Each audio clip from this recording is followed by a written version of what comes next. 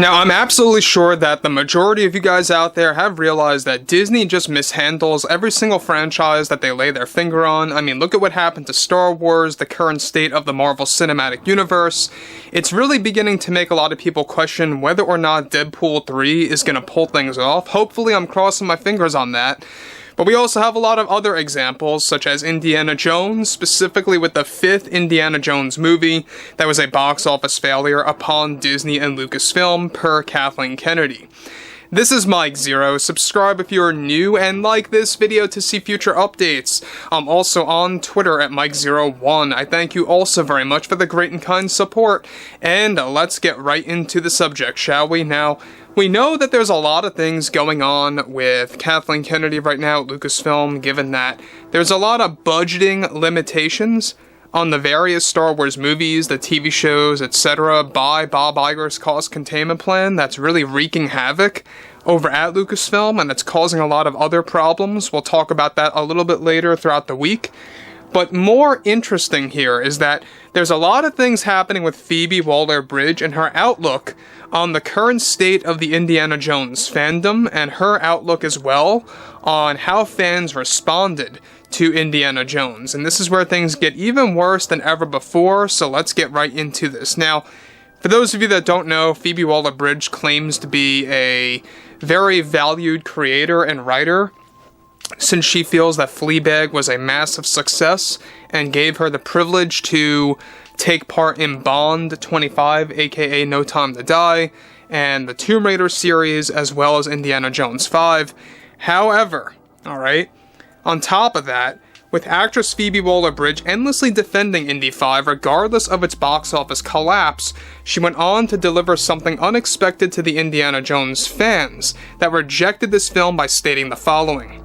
I mean, the bigger problem here, the bigger picture is that all of these indie fans keep claiming that this movie is woke and focusing on the female lead, being myself, too much, and anybody using the word woke just needs to shut up.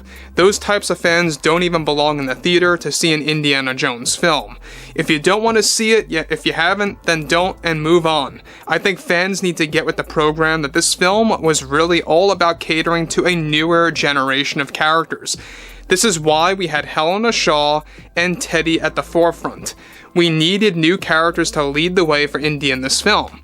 It's something I and James Mangold agreed on, much like what happened with Star Wars, which I love the direction that Kathleen Kennedy took with the sequels. These films aren't meant to focus on Luke Skywalker, Han Solo, or in this case Indiana Jones mainly. You always need breathing room of a new, younger, next-generation oriented character to take the wheel of the captain's ship here. Now guys, let me pause here about what Phoebe is saying. So basically what she is getting annoyed at are the handful, or the large handful of fans that have a very big problem with the fact of devaluing our pop culture icons and heroes, and how she just kind of focuses on the term woke a little bit too much. She gets very angry over that for obvious reasons. And you know what?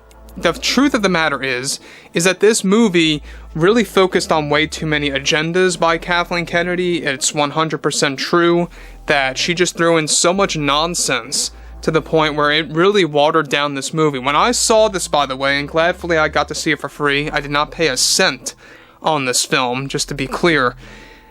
I felt so depressed, soulless, lost, and bored throughout this movie. I even was nodding off at times. The theater was so quiet, I never heard one clap.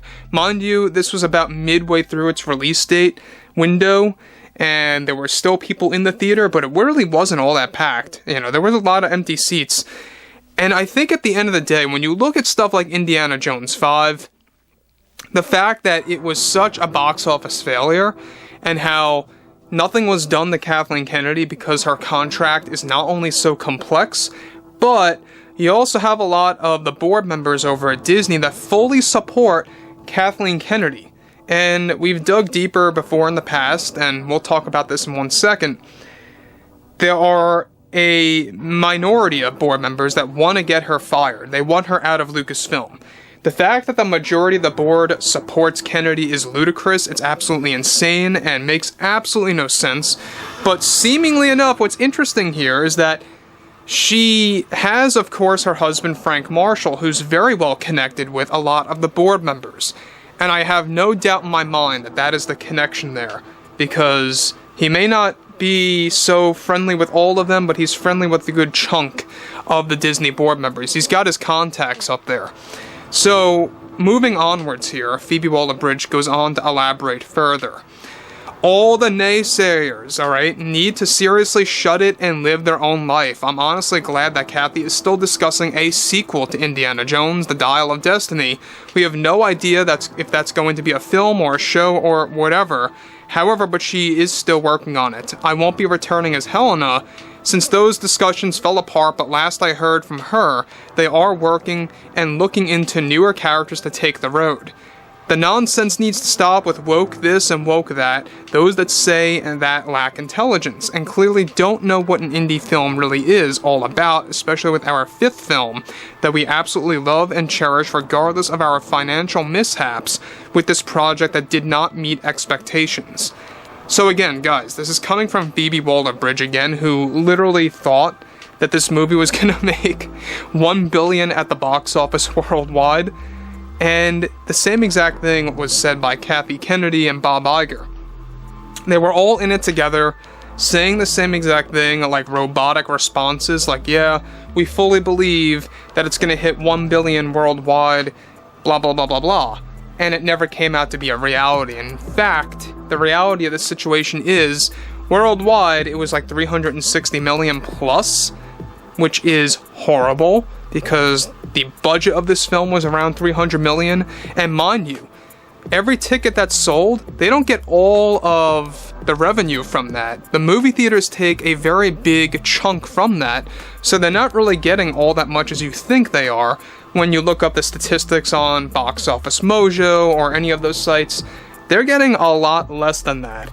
And you gotta also remember that the studios have to pay their actors, they have to pay everyone in the movie, and at the end of the day, what does the studio really make? Well, you know, that's a lot of math to go through and a lot of statistics to go over that could take a very long time to gather up.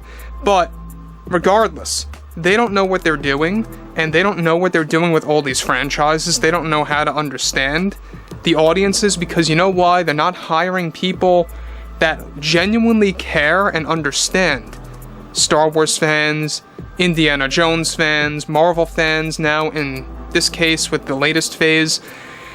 I think it's going to be interesting to see what's going to happen at D23 in September, given that there's so many projects on lockdown and so many cancellations, to the point where we're getting very few announcements now. At D23, it's going to be a very minute amount of announcements, and I think that it's going to make Disney look very foolish, to the point where they really are going to show their true colors eventually by 2024 about what this whole DEI situation is all about. We'll talk about that later as well. Anyway, guys, drop a comment below, feel me and below in the comments what you all have to say about this. And if you guys did enjoy the content for today, make sure to drop a thumbs up on this video to support the channel, and I will catch you guys next time.